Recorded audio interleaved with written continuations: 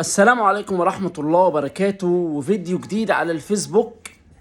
وأكيد فرحان إن مجلس إدارة جديد جه للزمالك 4 سنوات قادمة، وهو قائمة الكابتن حسين لبيب بالكامل رسميا تتولى إدارة مجلس رئاسة مجلس إدارة نادي الزمالك ل4 سنوات قادمة.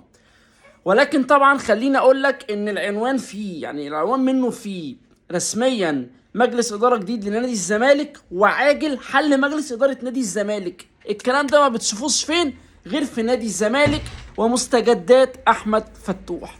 السلام عليكم ورحمة الله وبركاته، وفيديو جديد على الفيسبوك، ومعاكم أكبر بائس محلي بطل الدوري والكاس 2021 راموس الغلابة. قبل أي حاجة أتمنى كل اللي يشوف الفيديو يعمل لايك، يعمل شير، كومنتات كتير كلها دعما لاخواتنا، ربنا ينصرهم ان شاء الله ويوحد صفوفهم. ويلا نبدأ حلقتنا. طبعا انت مستنيني افرح، انت مستنيني اهلل، انت مستنيني ابشرك بفترة جديدة كويسة، وكل ده حقيقي. كلنا مستبشرين خير في الكابتن حسين لبيب. هو كلامه غريب، هو بيخش حتة مؤامرة، هو بيبحث عن حتة اللقطة، وبيخش في اللي هو مزايدات او مسدات كده خفيفة كده مع جمهور النادي الاهلي، وهاخد لعيبة الاهلي وهجيب لعيبة الاهلي. ولكن بعد نجاح الكاسح لقائمة الكابتن حسين لبيب بالكامل، حابب اقول لك ان هيعدي شهر، شهرين بالكتير، او 3 شهور، ومجلس ادارة نادي الزمالك هيتحل بالكامل. ليه؟ قلت لي ليه؟ لان ترشيح او ان الكابتن حسام المندوه او الاستاذ حسام المندوه وجوده في امين صندوق نادي الزمالك غير قانوني، غير قانوني. وجا قرار من الوزارة بكده ان هو ترشيحه غير قانوني ويجب استبعاده. ولكن طلع قرار فني، طلع قرار فني من مجلس إدارة نادي الزمالك او من اللجنة الأولمبية، طلع قرار فني بيقول لك لا عادي ترشح الأستاذ حسام المندوه سليم ومن وجهة نظر فنية. لكن القانون بيقول ان هو ما يحقلوش انه يبقى موجود في منصب امين الصندوق. لو عضو ماشي، لو يترشح كعضو في نادي الزمالك ماشي، او من اعضاء نادي الزمالك ماشي، انما كامين الصندوق ما يحقلوش ان هو يترشح كامين الصندوق. وهو عارف كده، والكابتن حسين لبيب عارف كده، والقايمه بالكامل عارفه كده، ومع ذلك اصر ان هو ياخد الراي الفني ويترشح على منصب امين الصندوق، وبينجح بالفعل في المنصب ده. اسهل اول واحد كده بس هيقدم طعنه هيتقبل على طول والمجلس يتحل، لان الاصوات باطله. وطبعا هو صوته من ضمن، يعني الورقه كلها فيها القايمه، انت بتروح تنتخب الورقه كلها فيها القايمه، اذا الاصوات كلها باطله. اذا يا اما هيتم الاعاده، يا اما هنلجأ للجان مره تانية. فالقايمه دي كان شعارها، وجميع المرشحين في انتخابات رئاسه نادي الزمالك كان شعارهم هو مصلحه نادي الزمالك اولا.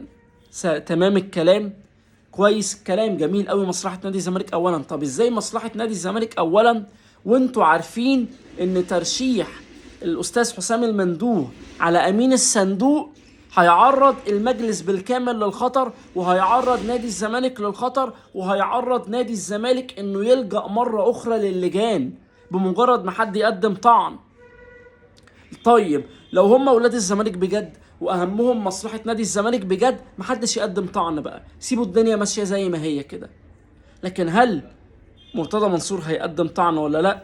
هل المنافسين للأستاذ حسام المندوه هيقدموا طعن ولا لا؟ هل المنافسين في الانتخابات عموما هيقدموا طعن ولا لا؟ إذا كان الأستاذ عمر هريدي أو الكابتن فاروق جعفر، ده اللي احنا هنشوفه في الفترة القادمة. ولكن زي ما بقول لك كده، أي حد هيقدم طعن في انتخابات نادي الزمالك الطعن هيتقبل والمجلس هيتحل وهنرجع للجان تاني. انا بقول لك من دلوقتي اهو عشان ما تتفاجئش وتتصدم، انا بقولها لك من دلوقتي اهو.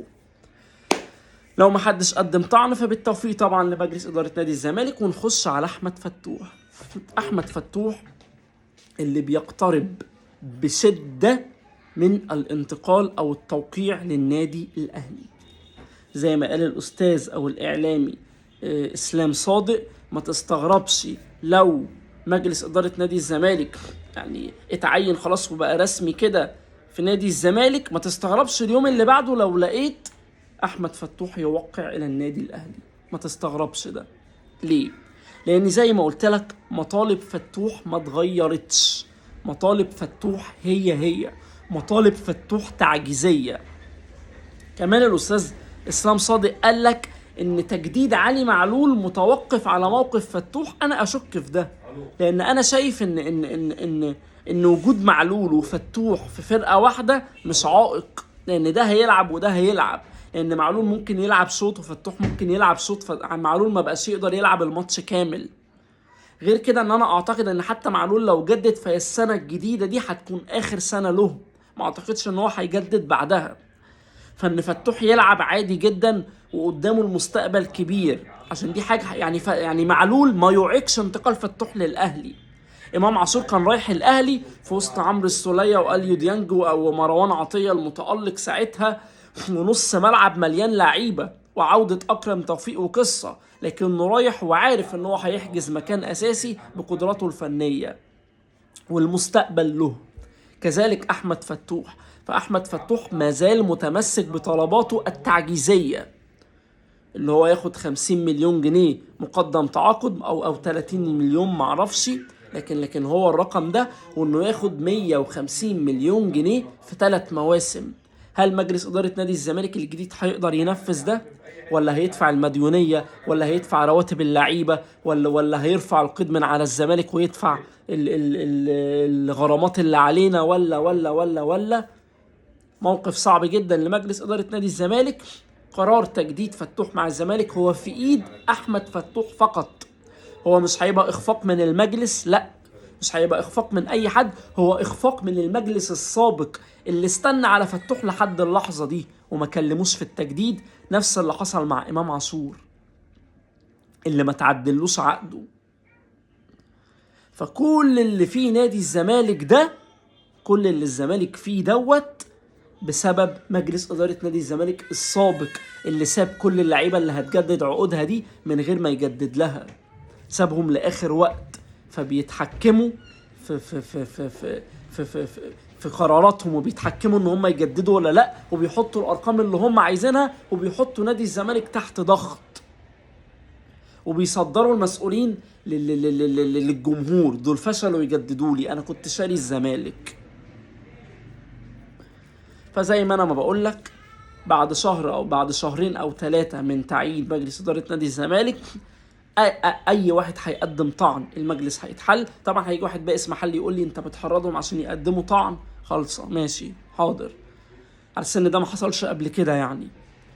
تاني حاجة، أحمد فتوح ما تستغربوش لو 1 يناير سمعتوا إن هو وقع رسميا للنادي الأهلي أو لنادي بيراميدز أو لنادي زد، مش شرط الأهلي، أو احترف بره، لأن هو جاي له عروض من زد عارض عليه، وبيراميدز في الصورة، والنادي الأهلي طبعا في الصورة. بس كده أنا خلصت حلقتي النهاردة. أتمنى كل اللي بيشوف الفيديو يعمل لايك شير كومنتات كتير، كلها دعما لإخواتنا. السلام عليكم.